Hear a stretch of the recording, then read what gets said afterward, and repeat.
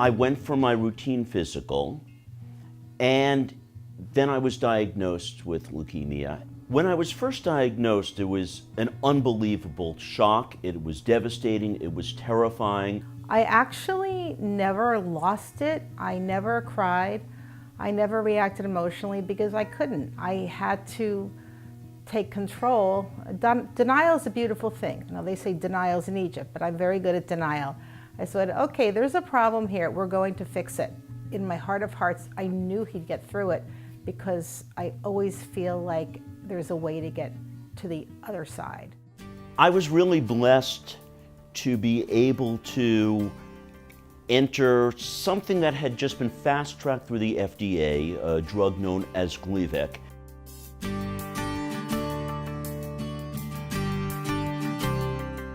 I will never forget the very first night when I was in my house, pouring out a glass of water and taking the capsules and wondering, what am I doing to myself and my body?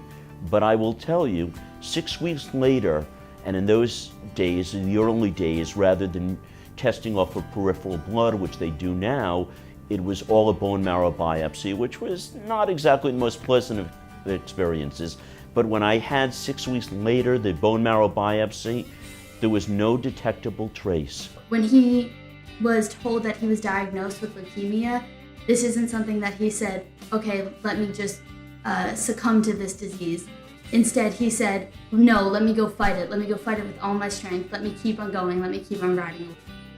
I felt a deep sense of responsibility to become proactive in the cancer world, particularly leukemia, and to really reach out to other people who were suffering with this illness. Rabbi Sklarz is an inspiration to cancer patients because he is such a positive person. He felt if there was anything that he's gone through that could help others in a similar situation, that's what he wanted to do. My dad is extremely dedicated to helping people, and I think that's because he hopes that someday everyone will want to come together to try to create a better world.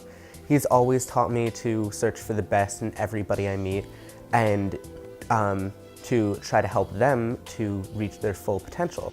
I watched him go out of his way to help people get through moments that may not have been so easy. And he did it only because he cared about them. There's something about the rabbi when one enters. He almost springs forward with this warmth and this welcoming, and he makes you feel not at all self-conscious, but he kind of, that all dissolves. He just puts you at such ease. He's been such an asset because whenever there was a need for something, he was right there. I've never met a person who was so eager to go out of his way to help us and for our cause. And then I began to realize it was really as much our cause as it was his cause. And Rabbi Sklarz has truly become a friend of ICRF. When we needed someone to talk on a national level for a publication we were putting out, there was never a question that he would do anything but do it, and he did with great fervor and with such enthusiasm. So an asset for ICRF and personally a friend of mine. Rabbi Sklarz is a hero because he helps people feel better about their chances. He helps people understand that the world can be a better place, because when someone saves a single life, it's as though they've saved the entire world. And I think that Rabbi Sklarz has saved the world for people many times over.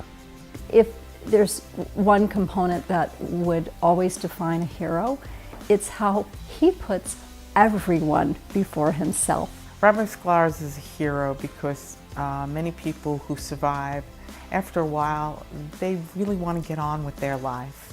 They don't want to remain in that patient mode. And Rabbi Sklarz, every time he speaks to a newly diagnosed patient or the people that he is working with on a continuing basis, he's reliving the experience that he had. That's got to be hard to do. I think that one of the things that strikes me about Andy is how he has always reached out to people who didn't even ask him to, but he sensed their need. He sensed they needed to have somebody call and say, hey, how you doing? How you feeling? And I care about you. That's a strong part of being a hero, knowing how to be a human being. My dad has given me much more than life. He's given me a passion for life. I think my dad is a hero because he's always doing what he can to make the community and world around him better and wants to really help people to just peacefully coexist. He doesn't know he's a hero. He doesn't like being called a hero, but he is heroic because of the way he lives his life. I absolutely do not think of myself as a hero. There are far more heroic acts that have been done by countless people. I was fortunate. I was blessed. And with blessing comes a responsibility. It has been incumbent upon me to give back and to really work to raise a level of awareness in this world of the devastation of a disease like this, and how necessary it is to raise funds for research, to be able to support the research, and to help people who are in need.